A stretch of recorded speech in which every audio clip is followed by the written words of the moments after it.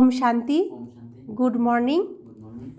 आज 8ই জানুয়ারি 2026 प्रातःमुरली ओम शांति। बाप दादा मधुबन।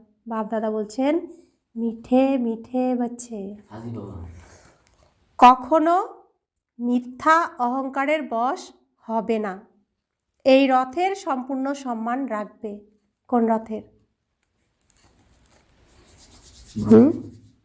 ব্রহ্মা বাবার রথের সম্পূর্ণ সম্মান রাখবে, নিজের রথেরও সম্মান রাখবে। আজকের মুরলির প্রশ্ন, বাচ্চারা তোমাদের মধ্যে পদ্মগুণ ভাগ্যশালী কে এবং দুর্ভাগ্যশালী কে? উত্তর, যাদের আচরণ দেবতাদের মতন, যারা সবাইকে সুখ প্রদান করে, তারা হলো পদ্মগুণ ভাগ্যশালী, এবং যারা ফেল হয় তাদের বলা হবে দুর্ভাগ্যশালী। কেউ কেউ মহান দুর্ভাগ্যশালী হয়ে যায়, তারা সবাইকে দুঃখ দিতেই থাকে। সুখ দেওয়া কি তারা জানে না। বাবা বলেন, বাচ্চারা নিজের গুড কেয়ার নিতে হবে, সবাইকে সুখ প্রদান করো, উপযুক্ত হও। নিজের শরীরেরও যত্ন নিতে হবে, আত্মারও যত্ন নিতে হবে। আসরিক আচরণ সম্পূর্ণ বর্জন করতে হবে। ওম শান্তি। আত্মিক পিতা বসে আত্মারূপী বাচ্চাদের বোঝাচ্ছেন, তোমরা এই পাঠশালায় বসে উঁচু পদমর্যাদা প্রাপ্ত করো। তোমরা বুঝেছ যে আমরা উঁচু থেকে উঁচু স্বর্গে পদ প্রাপ্ত করি। এমন বাচ্চাদের তো খুশি হওয়া উচিত। তো ভগবান হাতে করে বৈকুণ্ঠ নিয়ে এসেছেন, আমাদের বলছেন যে পরিষ্কার পরিচ্ছন্ন হয়ে আসো, বৈকুণ্ঠের উপহার নাও। তো যে বাচ্চা পরিষ্কার পরিচ্ছন্ন হয়ে আসবে সে এই বৈকুণ্ঠ প্রাপ্ত করবে, আর যে বাচ্চা পরিষ্কার পরিচ্ছন্ন হবে না সে বৈকুণ্ঠ প্রাপ্ত করবে না। অর্থাৎ সকলের যে মনের ইচ্ছা স্বর্গ প্রাপ্ত করা, করবে না। তো সেই জন্য বাবা আমাদেরকে বোঝাচ্ছেন সুন্দর করে যে তোমরা স্বর্গ পাচ্ছ, স্বর্গের সুখ পাচ্ছ, উঁচু পদ পাচ্ছ, তো তোমাদের কত খুশি হওয়া উচিত। যদি সবার দৃঢ় নিশ্চয় থাকে, তবু সবাই তো একরকম হতে পারে না। ফার্স্ট থেকে লাস্ট নম্বর পর্যন্ত তো থাকেই। পেপারেও ফার্স্ট থেকে লাস্ট নম্বর পর্যন্ত ক্রম সংখ্যা তো থাকে। কেউ ফেল হয় তো কেউ পাস হয়। অতএব প্রত্যেকে নিজেকে জিজ্ঞাসা করো, বাবা যে আমাদের এমন উঁচু স্থান প্রদান করেন, আমি কতখানি উপযুক্ত হয়েছি। কিভাবে নিজেকে দেখতে বলছেন যে অমুকের চেয়ে আমি ভালো না খারাপ। এটা হলো পড়াশোনা, তাই না? তো স্কুলেও যেরকম যে ফার্স্ট বয় হয় আর অন্য বাচ্চারা কম্পিটিশান করে যে ওর থেকে ভালো আমি করে দেখাবো, যে সেকেন্ড হয় সে বলে আমি ফার্স্ট হয়ে দেখাবো। তো এখানেও বাবা বলছে যে আমি ওর থেকে ভালো না খারাপ। তো যদি ও খারাপ হয় আমি তার থেকে ভালো হয়ে দেখাবো। তো ভালো হয়ে দেখাতে হবে যাচাই করে নিজেকে। যে ও খারাপ বলে আমি আরও বেশি খারাপ করব, তাহলে তো সে আরও ফেল। তাই বাবা বলছেন এখানে কম্পিটিশান কিসের? এখানে কম্পিটিশান হলো ভালো হওয়ার, যে যত ভালো হতে পারে।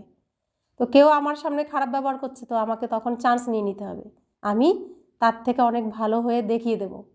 তো আমি ফার্স্ট হয়ে যাব না, তার থেকে তো ফার্স্ট হব, নম্বর তো তার থেকে এগিয়ে যাবে। এমন দেখা যায় কেউ কোনো বিষয়ে দুর্বল হলে নিচে নেমে যায়।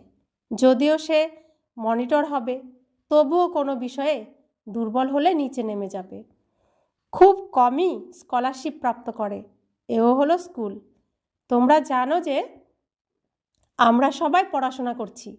এতে সর্বপ্রথম কথা হলো পবিত্রতার। বাবাকে আহ্বান করেছো না পবিত্র করার জন্য?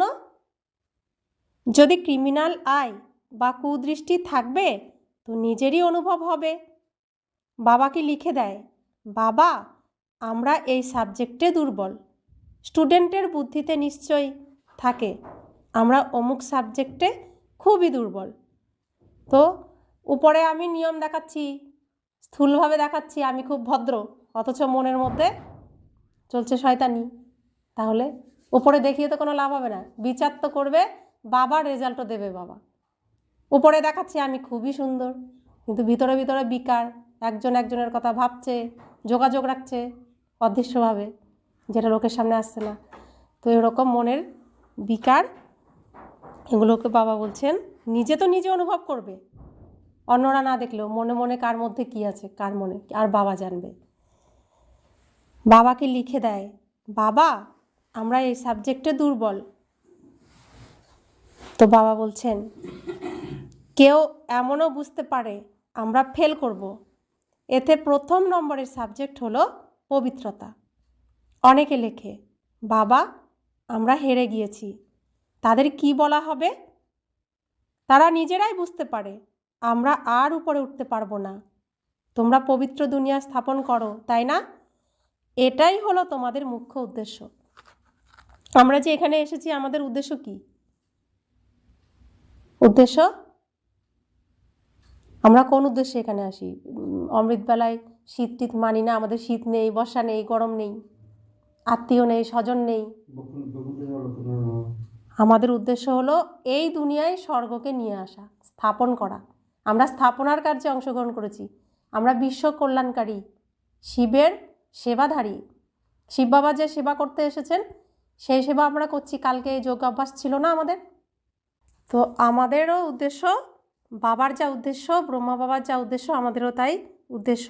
এই পুরানো দুনিয়ার বিনাশ আর নতুন দুনিয়ার স্থাপনা।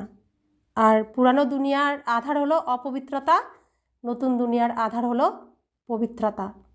তা আমরা পবিত্রতার আধার নিয়েছি, নিজেকে সম্পূর্ণ পবিত্র করার ব্রত নিয়েছি এবং দুনিয়াকেও পবিত্র করার ব্রত নিয়েছি। তো পবিত্র দুনিয়া স্থাপনার কার্যে যা ভগবান এই পৃথিবীতে করতে এসেছেন সেই কাজের আমরা অংশগ্রহণকারী, সহযোগী। তো বাবা বলছেন যে বাচ্চারা মামেকম স্মরণ করো এবং পবিত্র হও, তাহলে লক্ষ্মীনারায়ণের বংশে যেতে পারবে। একটাই রাস্তা, পবিত্র হতে হবে, তবেই লক্ষ্মীনারায়ণের রাজ্যে, লক্ষ্মীনারায়ণের বংশে যেতে পারবো। টিচার তো বুঝবে এই স্টুডেন্ট এত উঁচু পদ প্রাপ্ত করতে পারবে কি না। তিনি হলেন সুপ্রিম টিচার। ব্রহ্মা বাবাও তো স্কুলে পড়েছেন, তাই না? কোনো কোনো ছেলে এমন খারাপ কাজ করে যে শেষে মাস্টার শাস্তি দেয়। পূর্বে কঠিন শাস্তি দেওয়া হতো, এখন শাস্তির পরিমাণ কমিয়ে দেওয়া হয়েছে, ফলে স্টুডেন্টরা আরও বেশি খারাপ হয়ে যাচ্ছে। আজকাল স্টুডেন্টরা কত ঝামেলা করে, স্টুডেন্টদের নিউ ব্লাড বলা হয়। তারা কত কি করে, আগুন লাগিয়ে দেয়, নিজের যুবশক্তির প্রদর্শন করে। এটা হলো আসুরিক দুনিয়া। যুবকরা খুব খারাপ হয়, তাদের কুদৃষ্টি থাকে, দেখতে খুব ভালো হয়। যেমন বলা হয় ঈশ্বরের অন্ত নেই, তেমনই তাদেরও অন্ত পাওয়া যায় না যে তারা কীরকম মানুষ। হ্যাঁ, জ্ঞানের বুদ্ধির দ্বারা জানতে পারা যায় পড়াশোনায় কীরকম, তাদের কার্যকলাপ কীরকম। কেউ তো এমন কথা বলে যেন মুখ থেকে ফুল ঝরে পড়ছে, কেউ এমন কথা বলে যেন মুখ থেকে পাথর পড়ছে। দেখতে ভালো, পয়েন্টস ইত্যাদি ভালো লেখে, কিন্তু পাথর বুদ্ধি, বাইরের শো বেশি। মায়া খুব তীক্ষ্ণ, তাই গায়ন আছে। আশ্চর্য হয়ে শুনে, নিজেকে শিব বাবার সন্তানরূপে পরিচয় দিয়ে অন্যদের জ্ঞান শুনিয়ে জ্ঞানের কথা বলে, তারপরে পালিয়ে যায়, অর্থাৎ ট্রেটর হয়ে যায়। এমন নয় বুদ্ধিমান ট্রেটর হয় না, বরং খুব বুদ্ধিমানরাও ট্রেটর হয়ে যায়। ওই সেনাবাহিনীতেও এমন হয়, বিমানসহ অন্য দেশে চলে যায়। এখানেও এমন হয়, স্থাপনা করতে খুব পরিশ্রম লাগে, বাচ্চাদের পড়া করতে পরিশ্রম লাগে, টিচারদেরও পড়াতে পরিশ্রম হয়। দেখা যায় যে সবাইকে ডিস্টার্ব করে, পড়াশোনা করে না, তাদের স্কুলে হান্টার মারা হয়। ইনি তো হলেন পিতা, বাবা কিছু করেন না। বাবার কাছে এমন নিয়ম নেই, এখানে তো একেবারে শান্ত থাকতে হয়। বাবা তো হলেন সুখদাতা, ভালোবাসার সাগর। তো বাবা বলছেন দুনিয়ায় স্কুলের স্টুডেন্টরা স্কুলের নিয়ম না মানলে তাদের কি করা হয়? শাস্তি দেওয়া হয়। কিন্তু এখানে তো বাবাই হলেন টিচার, তাই তিনি কিছু করেন না, বাচ্চাদের ক্ষমা করে দেন। বাচ্চাদের সমস্ত কিছু সাক্ষী হয়ে তিনি দেখতে থাকেন, সহ্য করেন। বাবা প্রেমের সাগর, সুখের সাগর, শান্তির সাগর, তাই তিনি এখানে কোনো কিছু করেন না। তো বাবা বলছেন, বাবার কাছে তো এমন নিয়ম নেই, কিন্তু এখানে তো তোমাদের নিয়ম হলো শান্ত হয়ে থাকা, শান্ত থাকতে হয়। বাবা তো হলেন সুখদাতা, ভালোবাসার সাগর। অতএব বাচ্চাদের আচরণ এমন হওয়া উচিত যেমন দেবতাদের হয়। বাচ্চারা, বাবা তোমাদের সর্বদা বলেন তোমরা হলে পদ্মগুণ ভাগ্যশালী, কিন্তু পদ্মগুণ দুর্ভাগ্যশালীও হয়। যারা ফেল হয় তাদের তো দুর্ভাগ্যশালীই বলা হবে, তাই না? বাবা জানেন শেষ পর্যন্ত এসব হতেই থাকবে। কেউ তো মহান দুর্ভাগ্যশালী অবশ্যই হয়। আচরণ এমন থাকে যে বোঝা যায় এখানে স্থির থাকতে পারবে না, এত উঁচু হওয়ার যোগ্যতা নেই, সবাইকে দুঃখ দেয়, সুখ প্রদান করা জানেই না, তাহলে কীরূপ অবস্থা হবে? বাবা সদা বলেন, বাচ্চারা নিজের রক্ষণাবেক্ষণ ভালোভাবে করো। এই সব ড্রামা অনুসারেই হবেই, লোহার চেয়েও নিম্ন স্তরের হয়ে যায়। ভালো ভালো বাচ্চারাও কখনো চিঠি লেখে না, তাদের কি অবস্থা হবে? নিজের পরিস্থিতির কথা সবসময় বাবাকে জানাতে হয়, পারলে প্রতিদিনই চিঠি লিখে বাবাকে জানাতে হয়, বাবাকে জানিয়ে ঘুমাতে হয়। বাবা এসব আমাদের অনেক ব্রহ্মচারী জীবনের নিয়ম শিখিয়েছেন এত বছর ধরে। তো বেশিরভাগই স্টুডেন্টরা, বাচ্চারা এক কান দিয়ে শুনেছে আর এক কান দিয়ে বের করেছে। তো নিজের অবস্থার কথা বাবাকে জানায়নি, আর জানায়নি যেহেতু মনের মধ্যে থেকে গেছে, আত্মার মধ্যে থেকে গেছে, তারা ধীরে ধীরে সোনার হচ্ছে না, তারা লোহার থেকে আরও জং পড়া লোহা হয়ে যাচ্ছে। বাবার এই কিরণের নিচে থেকেও লোহা জং পরিষ্কার হচ্ছে না, এমন বাচ্চাও এখানে আছে। বাবা তাদেরকে বলছেন দুর্ভাগ্যশালী বাচ্চা, এখানে এসেও দুর্ভাগ্যশালী। পদ্মগুণ যেমন সৌভাগ্যশালী, পদ্মগুণ তেমন দুর্ভাগ্যশালী। বাবা বলেন, আমি এসেছি সর্বজনের কল্যাণ করতে।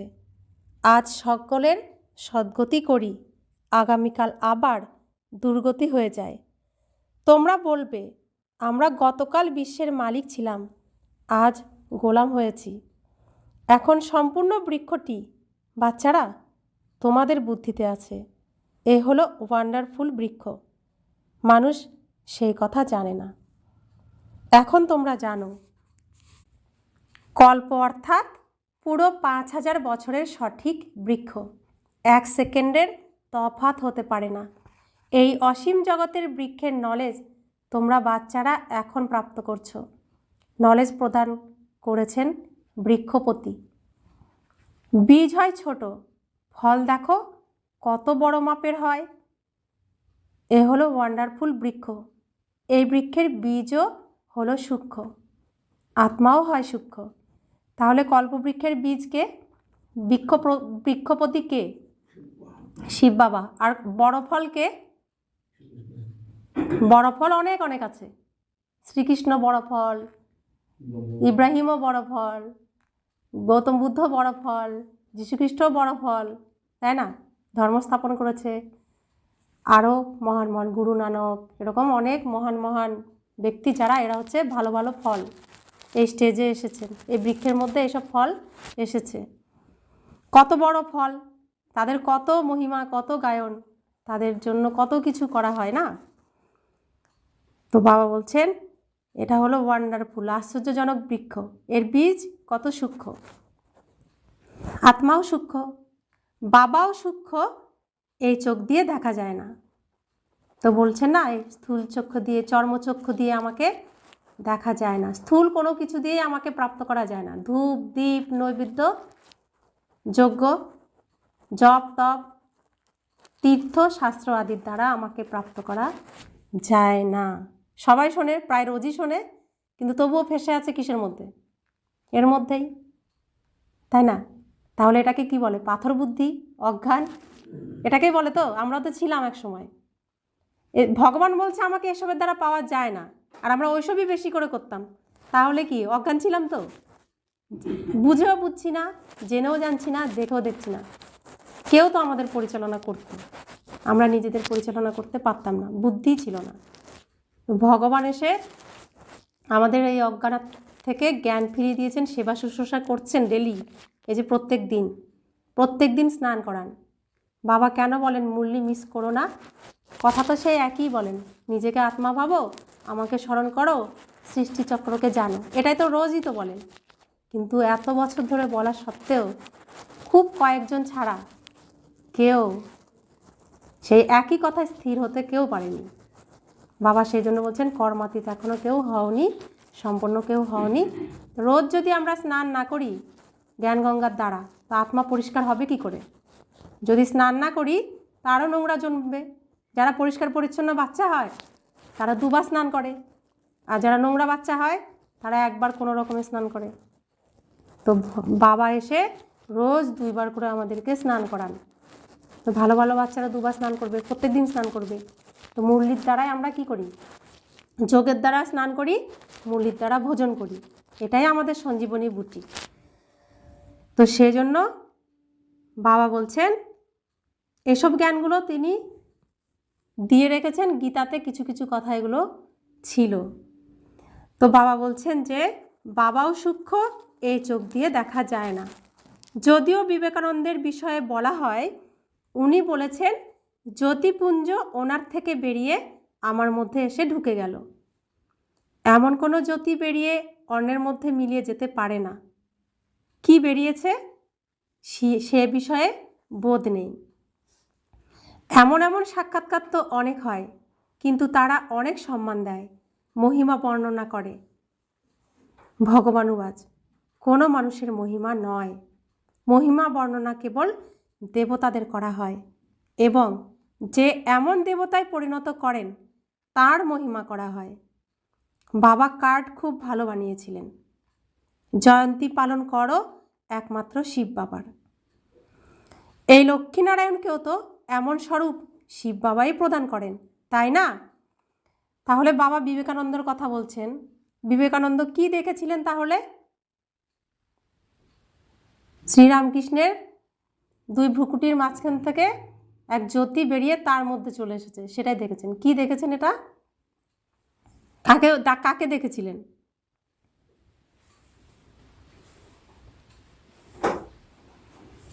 আত্মাকে দেখেছিলেন, আত্মা। কিন্তু তার এই বোধ নেই যে এই জ্যোতিপুঞ্জটা কি, এ কোথা থেকে এসেছে, এর শক্তি কি, কিছুই তার সেই বোধ ছিল না। শুধু দেখেছেন, অনুভব করেছেন। তা আত্মা আত্মাতে তো কখনো মিলিয়ে যেতে পারে না, লীন হতে পারে না, না? তো ওইটুকু তখন তিনি দেখে নিয়েছেন, ওই পর্যন্ত তিনি পৌঁছেছিলেন। আর আমরা শুরু কোথা থেকে করছি? বিবেকানন্দ এত ত্যাগ তপস্যা করে আত্মাকে অনুভব করেছিল, কিন্তু আত্মা সম্পর্কে কিচ্ছু জানতো না। আত্মা সম্পর্কে কোনো জ্ঞান তার প্রাপ্ত হয়নি। আর আমরা জ্ঞান কোথার থেকে শুরু করি, জ্ঞান কোথার থেকে পাই, শুরুটা কোথার থেকে হয়? আমি আত্মার থেকে এখানে জ্ঞান শুরু হয়। আর ওখানে এত তপস্যার পরে আত্মাকে অনুভব করেছিল, কিন্তু আত্মা যে বুঝতে পারেনি। আর আমরা এখানে কোনো তপস্যা ছাড়াই বহু জনমের তপস্যার ফলে এখানে এসে প্রথম শুরু হয় আমি আত্মা। আত্মা দিয়ে শুরু হয় এখানের জ্ঞান, তাই তো? তাহলে এখানে সাবজেক্টটা সারা দুনিয়া যেটা উপলব্ধি করতে চেয়েছিল এখানে শুরু হয় সেখান থেকে। দুনিয়া যেখানে শেষ করছে আমাদের শুরু হচ্ছে সেখান থেকে। ভগবান এটা করাচ্ছেন না? তো বাবা বলছেন যে এই যে এত উচ্চ পড়াশোনা, যেটা দুনিয়া এত তপস্যা করে পৌঁছাতে পারেনি, শিব বাবা সেখান থেকে আমাদের শিক্ষা শুরু করছেন। তো এত উচ্চ যে পড়াশোনা, এই এত উচ্চ পড়াশোনার দ্বারাই দেবী দেবতা হয়। সেজন্য বাবা বলছেন মহিমা বর্ণনা করলে শুধু দেবতাদের বর্ণনা করো, শিব বাবার করো, যিনি এমন বানান। শুধুমাত্র একেরই মহিমা আছে, একের স্মরণেই থাকো। ব্রহ্মা বাবা নিজে বলেন উঁচু থেকে উঁচু স্বরূপে পরিণত হই, পরে নিচেও নেমে আসি। এই কথা কেউ জানে না। উঁচু থেকে উঁচু লক্ষ্মীনারায়ণ পুনরায় 84 জন্ম পরে নিচে নেমে আসেন। ততোত্তম অর্থাৎ তুমিই সেই। তোমরাই বিশ্বের মালিক ছিলে, পরে কি অবস্থা হয়েছে? সত্যযুগে কে ছিলে? তোমরা সবাই ছিলে নম্বর অনুযায়ী, পুরুষার্থ অনুসারে। আমরাই ছিলাম সত্যযুগে। যে শ্রীকৃষ্ণ সমান, তো শ্রীকৃষ্ণের সাথে থেকে ছিলাম। শ্রীকৃষ্ণের থেকে কম গুণ থাকলে তার পরবর্তী জন্মগুলোতে আমরা এসেছি। কিন্তু ছিলাম কারা? আমরাই ছিলাম। সেই সকালে আমরাই আছি, এই রাতে আমরাই আছি, এই ভোরবেলাতে। তোমরাই বিশ্বের মালিক ছিলে, পরে কি অবস্থা হয়েছে? রাজা রানীও ছিলে, সূর্যবংশী চন্দ্রবংশী বংশের ছিলে। বাবা কত ভালোভাবে বোঝান। এই সৃষ্টিচক্রের জ্ঞান বাচ্চারা তোমাদের বুদ্ধিতে চলতে ফিরতে থাকা উচিত। তোমরা হলে চৈতন্য লাইট হাউস। সম্পূর্ণ পড়াশোনা বুদ্ধিতে থাকা উচিত, কিন্তু সেই অবস্থা তো এখনো হয়নি, হবে। যারা পাস উইথ অনার হবে তাদের এমন অবস্থা হবে। সম্পূর্ণ জ্ঞান বুদ্ধিতে থাকবে। বাবার প্রিয় লাভলি বাচ্চা তখনই বলা হবে। এমন বাচ্চাদেরকে বাবা স্বর্গের রাজত্ব উপহার দেন। বাবা বলেন, আমি রাজত্ব করি না, তোমাদের প্রদান করি। একেই নিষ্কাম সেবা বলা হয়। তিনি কোনো কামনা রাখছেন না এই বিশ্বে, যে এই পৃথিবীতে এসে যে এত উচ্চ কর্ম করছেন, সম্পূর্ণ পৃথিবীটাকে পরিবর্তন করে দিচ্ছেন, কিন্তু তার এখানে কি চাওয়ার আছে? কিছু চাইছেন? তিনি সত্যযুগে থাকবেন? তিনি কি কোনো কিছু পাওয়ার বিনিময়ে এটা করতে এসেছেন? শুধু দিতে এসেছেন। কিছু আশা নেই তার। নিষ্কাম সেবা এটাকে বলে। পৃথিবীতে কেউ এমন একজনও নেই বাবা ছাড়া, ভগবান ছাড়া। দ্বিতীয় কেউ নেই। তিনি অদ্বিতীয়, এমনি এমনি নয় শুধু। তার প্রত্যেকটি কর্মই দ্বিতীয় কেউ আর করতে পারে না। নিষ্কাম সেবা এই পৃথিবীতে শুধুমাত্র বাবাই করতে পারেন। আর এমন বাবা পেয়েও আমরা দেহধারী নিয়ে ব্যস্ত, যিনি নিজের জন্য বস্ত্রটুকুও রাখেন না, বস্ত্রটাও সন্তানদের দিয়ে দেন। এই পৃথিবীতে আসেন, সন্তানের কাছ থেকে ধার নেন বস্ত্র। এমন বাবা আমার। তবু সেই বাবাকে ভালো লাগে না, সেই বাবার কথা বলতে ভালো লাগে না, সেই বাবার জন্য কার সাথে মিলিয়ে দিতে কাউকে বলতে ভালো লাগে না, নিমন্ত্রণ করতে ভালো লাগে না, লজ্জা লাগে এমন বাবার জন্য। অনেক বাচ্চাই আছে বলতে পারে না বাবার কথা ঠিক করে। তো এমন সে নিষ্কাম সেবাদারী আমাদের বাবা। বাচ্চারা জানে বাবা আমাদের মাথার উপরে বসিয়ে দেন। তো এমন বাবাকে কতখানি স্মরণ করা উচিত? এই ড্রামা এমনইভাবে পূর্ব নির্দিষ্ট আছে। বাবা সঙ্গমে এসে সবাইকে সদ্গতি দেন নম্বর অনুযায়ী, পুরুষার্থ অনুসারে। 1 নম্বরে হায়েস্ট সম্পূর্ণ পবিত্র, লাস্ট নম্বরে সম্পূর্ণ অপবিত্র। কে হায়েস্ট পবিত্র, আবার হায়েস্ট অপবিত্র? কে? শ্রীকৃষ্ণ। শুরুতে নাম্বার 1 পবিত্র, লাস্টে নাম্বার 1 অপবিত্র। স্নেহ স্মরণ তো বাবা সবাইকেই দেন। তো যেরকম শ্রীকৃষ্ণ হয়েছেন তেমন আমরাও নাম্বার 1 পবিত্র, আবার নাম্বার 1 অপবিত্র। তো বাবা এসে আমাদেরকে নাম্বার 1 পবিত্র বানাচ্ছেন এখন আবার। আর রাবণ এসে আমাদের নাম্বার 1 অপবিত্র বানিয়ে দিয়েছিল। তো বাবা তাদেরকে স্নেহ সুমন দিচ্ছেন, স্মরণ জানাচ্ছেন। কাদেরকে? যারা নাম্বার 1 পবিত্র আবার নাম্বার 1 অপবিত্র হয়েছে, তাদেরকে বাবা স্মরণ করছেন। অর্থাৎ কাদেরকে স্মরণ করছেন? সবাইকে, আমাদেরকে স্মরণ করছেন, যারা দেবী দেবতা পদ পাবে। আর এই কলিযুগের অন্ধকারে তাদেরকেই তো খুঁজে খুঁজে আনছেন না, তাদেরকে স্মরণ করেই তো খুঁজে খুঁজে আনছেন। বাবা যাদেরকে স্মরণ করছেন তারাই এখানে আসতে পারছেন। বাবা না চাইলে, বাবা স্মরণ না করলে কেউ আসতে পারবে না এখানে। আমি যে আসতে পেরেছি এটা বাবার কৃপা আর আমার বহু জন্মের পুণ্যের ফল। এক জন্মের পুণ্যের ফল এখানে আসা যায় না। তো এখানে আসার পরে সেই পুণ্যের ফলটাকে খেতে হবে না, না এটা হারিয়ে ফেলবো অন্যের জন্য।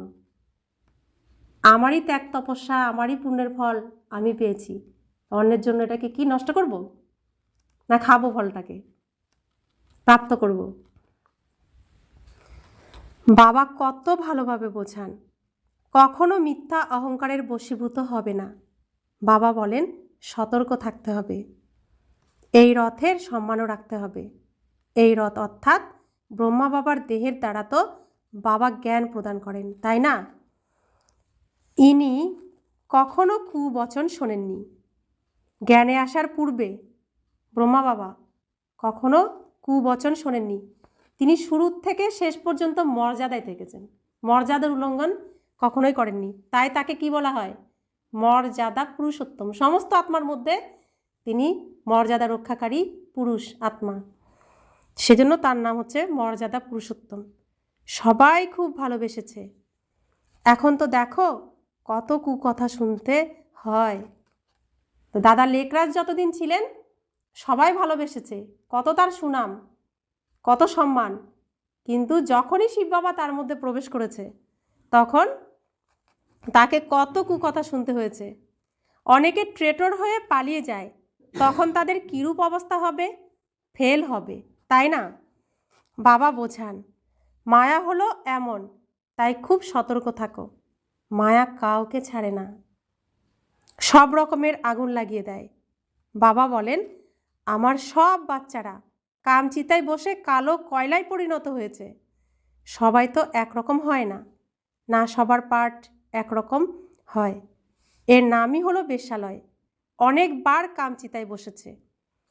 রাবণ খুব শক্তিশালী, বুদ্ধিকে পতিত বানিয়ে দেয়। রাবণ এসে আমাদের বুদ্ধি একদম ভ্রষ্ট করে দেয়।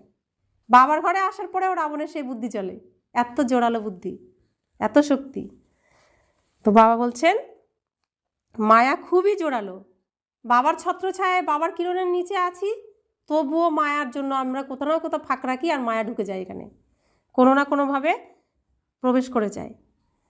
তো বাবা বলছেন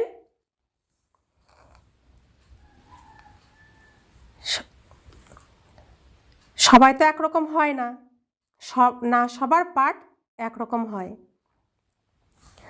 রাবণ একদম পতিত বানিয়ে দেয়। এখানে এসে বাবার কাছে শিক্ষা নিয়েও অনেকে এমন হয়ে যায়।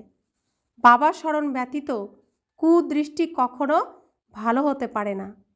তাই সুরদাসের কাহিনী আছে, খারাপ জিনিস দেখবে না বলে নিজেই অন্ধ হয়ে গেছিল। যদিও গল্প দৃষ্টান্ত তো দেওয়া হয়, তো নিজে খারাপ জিনিস যাতে দেখতে না হয় সেজন্য নিজের নেত্র কি করেছিল? শেষ করে দিয়েছিল। তা আমাদেরকে বাবা কি বলছেন? এই গাড়ির চোখ দিয়ে দুনিয়াকে দেখেছ এতদিন, এখন নিজের চোখ দিয়ে দেখো। এই চোখটাকে অন্ধ করে দাও, গাড়ির চোখটাকে অন্ধ করে দাও। তো এই চোখ হচ্ছে ক্রিমিনাল, গাড়ির চোখ হচ্ছে ক্রিমিনাল। তো এখানে এই গাড়ির চোখকে কি করতে হবে? অন্ধ করতে হবে। নিজের মন আর বুদ্ধির দ্বারাই সব কিছুকে দেখতে হবে। এখন তোমরা বাচ্চারা জ্ঞানের তৃতীয় নেত্র প্রাপ্ত করেছ, অজ্ঞান অর্থাৎ অন্ধকার। বলা হয় তোমরা তো অন্ধ, অজ্ঞানী। এখন জ্ঞান হলো গুপ্ত, এতে কিছু বলার নেই। 1 সেকেন্ডে সম্পূর্ণ জ্ঞান এসে যায়, সবচেয়ে সরল এই জ্ঞান। তবুও শেষ পর্যন্ত মায়ার পরীক্ষা চলতে থাকবে। এই সময় তো ঝড়ের মধ্যে আছো, পাকা মজবুত হয়ে গেলে এত ঝড় আসবে না, পড়ে যাবে না। তখন দেখবে তোমাদের বৃক্ষ কত বড় হবে, সুনাম তো হবেই। বৃক্ষ তো বৃদ্ধি পেতে থাকে, একটু বিনাশ হলে খুব সতর্ক হয়ে যাবে। তখন বাবার স্মরণে স্থির হয়ে যাবে, বুঝবে যে সময় কম। বাবা তো ভালো করে বোঝান, নিজেদের মধ্যে স্নেহ সহকারে থাকো। তো এই সময় প্রচণ্ড ঝড়ের মধ্যে আছি আমরা, প্রচণ্ড ঝড়ের মধ্যে। এখানে অচল অটল থাকতে হবে। এখন সব রকমের পরীক্ষা আমাদের দিতে হবে, কিন্তু পা থাকবে কেমন? কার মতো? অঙ্গদের মতো অচল। যাই কিছু আসুক, এখান থেকে পা যেন কেউ নাড়াতে না পারে। তো বাবা বলছেন এর জন্য খুব সতর্ক থাকতে হবে। আমাদের নিজেদের মধ্যে খুব মিলেমিশে থাকতে হবে, স্নেহ সহকারে থাকতে হবে। বাবা কি? প্রেমের সাগর। বাবা কি? সুখের সাগর, আনন্দের সাগর, জ্ঞানের সাগর, পবিত্রতার সাগর, শান্তির সাগর, শক্তির সাগর। তাহলে সেটাই তো সাগরের সন্তান, আমরাও তো তাই হব না? তাহলে আমাদের নিজেদের মধ্যে মিলেমিশে থাকতে হবে। আর মায়া কি করবে? আমাদের মধ্যে অশান্তি সৃষ্টি করিয়ে, এটা মায়া রাজ্য, এটাই ভাগ, মায়া রাজ্য তো ভাগ করে, আর বাবা কি করে? এক করে। আর এই একতাটা মায়ার তো পছন্দ হবে না, এটা ভাঙার চেষ্টা করবে। আর আমরা কি করব? বাবার জন্য অনেক বলেছেন এখানে কেল্লা বানাও, এমন শক্তিশালী যোগ তপস্যা করো যে কেল্লার মধ্যে মায়ার প্রবেশের যেন সাহস না হয়। এটা আমাদের বহুবার বাবা বলেছেন। তো বাবা বলছেন নিজেদের মধ্যে স্নেহ সহকারে থাকো, চোখ রাঙাবে না, ক্রোধরূপী ভূত এলে চেহারা পাল্টে যায়। তোমাদেরকে তো লক্ষ্মীনারায়ণের মতন চেহারা ধারণ করতে হবে। মুখ্য উদ্দেশ্যটি সামনে আছে, সাক্ষাৎকার পরে হতে থাকবে যখন ট্রান্সফার হবে। যেমন শুরুতে সাক্ষাৎকার হয়েছিল তেমনই শেষ সময়েও অনেক পার্ট দেখবে। তোমরা খুব খুশিতে থাকবে। মিরুয়া মত মলুকা শিকার, অর্থাৎ শিকার দেখে শিকারীর মনে আনন্দ। শেষ সময়ে অনেক সিনসিনারি দেখতে হবে, তখন অনুতাপ করবে যে আমি এই কাজ করেছি। তখন সেই দণ্ড ভোগও কঠিন থাকে। বাবা এসে পড়ান, তার সম্মান না রাখলে দণ্ড তো প্রাপ্ত হবে। তো ভগবানকে আমরা ডেকেছি, আর তিনি সব থেকে শুদ্ধ পবিত্র, আর একজনই উপরে থাকেন। আর অত দূর পরমধাম থেকে, সেই সুদূর পরমধাম থেকে বাবা আমাদের ডাকে চলে এসেছেন। আর বাবা আসার পরে আর আমরা তার সম্মান রাখছি না। তিনি আমার সম্মান রাখার জন্য চলে এসেছেন, অথচ আমি তার সম্মান রাখছি না। তো বাড়িতে কোনো অতিথি আসলে তাকেই তো সবাই সময় দেয়। আর এ তো আমাদের বাবা এই নোংরার থেকে আমাদের তুলতে এসেছেন, আর তুলেও নিয়েছেন। সবাই অনুভবী আমরা, আগে কি ছিলাম এখন আমরা কি, তবু সেই বাবাকে আমরা সম্মান দিই না। তো বাবা বলছেন এর জন্য যে বাবা যে পড়াচ্ছেন সেই পড়ার যদি তোমরা সম্মান না রাখো তো দণ্ড তো প্রাপ্ত হবে। সবচেয়ে কঠিন দণ্ডভোগ তারা প্রাপ্ত করবে যারা বিকারগ্রস্ত হয় বা শিব বাবার অনেক গ্লানি অপমান করানোর নিমিত্ত হয়। তো বাবার জ্ঞান প্রাপ্ত করলো, বাবার বাচ্চা হলো, আবার শিব বাবার অপমান গ্লানি তার দ্বারা হলো। যখনই আঙুল উঠবে যে বাবার বাচ্চা হয়ে এটা কি করে করে, তো কি হলো? গ্লানি হলো। তাহলে তাকে কত দণ্ড ভোগ করতে হবে? যারা এর নিমিত্ত হবে তাদেরকেই অনেক বেশি দণ্ড ভোগ করতে হবে। মায়া খুব তীব্র, স্থাপনার কাজে কত কিছু হয়। তোমরা তো এখন দেবতায় পরিণত হচ্ছ, তাই না? সত্যযুগে অসুর ইত্যাদি হয় না। এই হলো সঙ্গমের কথা। এখানে বিকারগ্রস্ত মানুষ কত দুঃখ দেয়। কন্যাদের উপরে অত্যাচার করে, বিবাহ করতে বাধ্য করে, স্ত্রীকে বিকারগ্রস্ত হওয়ার জন্য অত্যাচার করে, কত কিছুর সম্মুখীন হতে হয়। তারা বলে সন্ন্যাসীরাও থাকতে পারে না। এরা কারা যে পবিত্র থেকে দেখায়? দুনিয়ার মানুষ এটাই বলে, সব ঢং, দুদিনে সব দেখা যাবে। কিন্তু ব্রহ্মাকুমারীরা দেখিয়েছে। আজ 90 বছর চলছে বাবা এসেছেন, ভগবান এসেছেন এই পৃথিবীতে, 90 বছর পূর্ণ হতে চলল। তো এই সংস্থা কি দিন দিন বাড়ছে না কমছে? তাহলে দেখিয়েছে বলেই তো বাড়ছে না। যারা হওয়ার তারা তো হবেই, যারা দেবী দেবতার পদে আসবে তারা তো হবেই। তারা কি কারোর জন্য বসে থাকবে? তো দুনিয়ার মানুষ বলছে সন্ন্যাসীরা থাকতে পারলো না, আর এরা আবার কারা যে পবিত্র হয়ে দেখাবে? ভবিষ্যতে সবাই বুঝবে পবিত্রতা ব্যতীত দেবতায় পরিণত হওয়া সম্ভব নয়। তা আমরা যে গীতা শুনে এসেছি সেখানেও কি বলা হয়? কাম মহাশত্রু। নিজেকে আত্মা মনে করো, দেহের সম্বন্ধকে ভুলে যাও। শুনেছি সবাই, কিন্তু করে দেখাচ্ছে কারা? সত্য পিতা এসে সত্য কথা বলছেন, আমরা সত্য সত্য করে দেখাতে পারছি। কার জোরে, কার শক্তিতে? সত্য পিতার সত্য শক্তিতে। রাবণের সব মিথ্যা, তাই আমরা পারিনি। পিতা সত্য, তাই আমরা পাচ্ছি। তো বাবা বলছেন তোমরা বোঝাও। আমরা এতখানি প্রাপ্ত করি, তবেই ত্যাগ করি। তো দুনিয়া ভাবছে ওরা এই সাদা বস্ত্র পরে, খায় না, নিরামিষ খায়, সব একদম কি কষ্ট করে না থাকে। অরিজিনালি আমরা কেমন থাকছি এখন, আগে কেমন ছিলাম, এত ভোগ করে কেমন ছিলাম, আর ওই ওই ভোগের জিনিস ত্যাগ করে আমরা কেমন আছি? আমাদের মতো সুখী, আমাদের মতো খুশি, আমাদের মতো সৌভাগ্যবান কেউ আছে? মনে হয় না যে আমরা খুব সৌভাগ্যবান? ভগবান আমার সাথে থাকে, তার সাথে উঠি, তার সাথে বসি, তার সাথে চলি, তাকে অনুভব করি, তার স্পর্শকে অনুভব করি। আর আগে এই মন কত অশান্ত থাকতো, কত কষ্ট ছিল, বুক ফেটে যেত, মন ভেঙে যেত। এখন সেই ভাঙা মনটাকে বাবা সার্জারি করে জোড়া লাগিয়ে এত পাওয়ারফুল বানিয়ে দিয়েছেন যে কেউ ভাঙতে আসলে সে ভেঙে যাবে। এখন আমাদের ভাঙতে পারবে না। আমাদের মন এখন কেমন হয়েছে, এত শক্তিশালী জোরালো হয়েছে, আর যে ভাঙতে আসবে সেই ভেঙে চুরমার হয়ে যাবে। এ হলো ভগবানের শক্তি, আর যেটা আমরা প্রাপ্ত করেছি। প্রত্যেকে অনুভব করি তো। তাহলে এতখানি ত্যাগ করার জন্য কতখানি প্রাপ্ত করেছি? এতখানি প্রাপ্ত করেছি।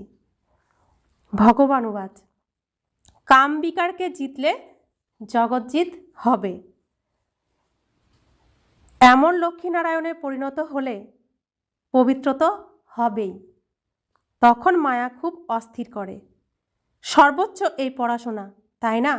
যখনই পবিত্রতা ধারণ করতে যাবে, মায়া তখনই এসে তার পবিত্রতা ভঙ্গ করার জন্য সব রকম প্রচেষ্টা চালিয়ে যাবে, আর চালিয়ে যায়। আর এটাও আমরা অনুভবী। বাবা এসে পড়ান, এই কথা বাচ্চারা ভালো রীতি স্মরণ করে না, তাই মায়া এসে থাপ্পড় মারে। মায়া অনেক আদেশ অমান্য করিয়ে দেয়, তখন তাদের কি অবস্থা হয়? মায়া এমন অমনোযোগী বানিয়ে দেয়, অহংকারে বশীভূত করে দেয় যে বলার কথা নয়। তো কি করে? একটুখানি জ্ঞান পেলেই আমি সব জেনে গেছি, আমি সব বুঝে গেছি, একবার মধুবন গেছি, আমি তো বাবা পেয়ে গেছি, এইবার এখন আমিই সব, এত অহংকার চলে আসে। তো বাবা বলছেন যে এ আর বলার নয় কিছু।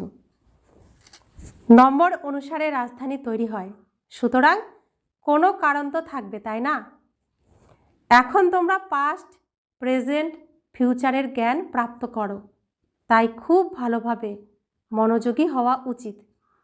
অহংকার এলেই মৃত্যু।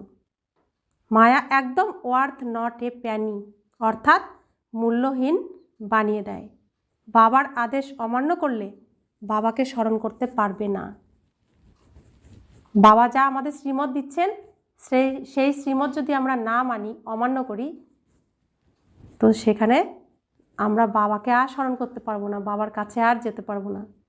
আমরা বাবার থেকে ধীরে ধীরে দূরে সরে যাব। তাই বাবার শ্রীমত মানতে হবে, বাবাকে জানতে হবে। বাবা বলছেন আমি যেমন, আমার যথার্থ যা রূপ, সেই রূপেই তোমরা আমাকে মানো, আমাকে বোঝো, আমাকে স্মরণ করো। আমার নিজের আসল স্বরূপে আমাকে স্মরণ করো, আমাকে বোঝো।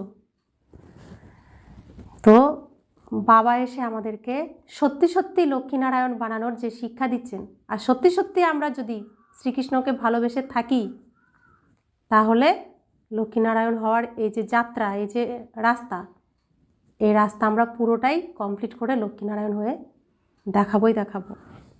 अच्छा, मीठे मीठे सिखिलाते बच्चों प्रति माता पिता बाप दादा का याद प्यार और गुड मॉर्निंग। रूहानी बाप की रूहानी बच्चों को नमस्ते।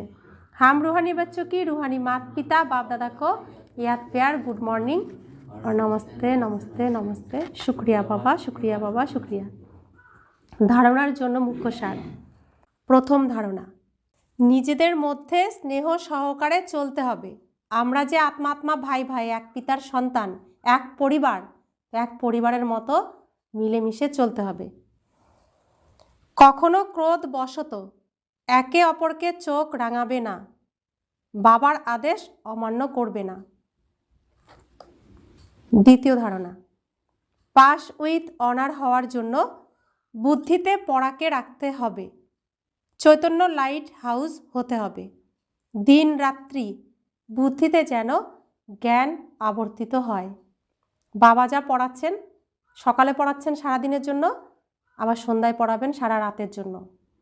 তো যা পড়াচ্ছেন সেটাই যেন মনে মনে আমরা মন্থন করি, চিন্তন করি, এটাই যেন আবর্তন করে। তবে আত্মা কি হবে? পরিষ্কার হবে। শুধু স্নান করলে কি তারপরে কি হাত পা ধুতে হবে না, মুখ পরিষ্কার করতে হবে না, শরীর পরিষ্কার করতে হয় না মাঝে মাঝে? তো মন্থন করা হলো এই পরিষ্কার করা।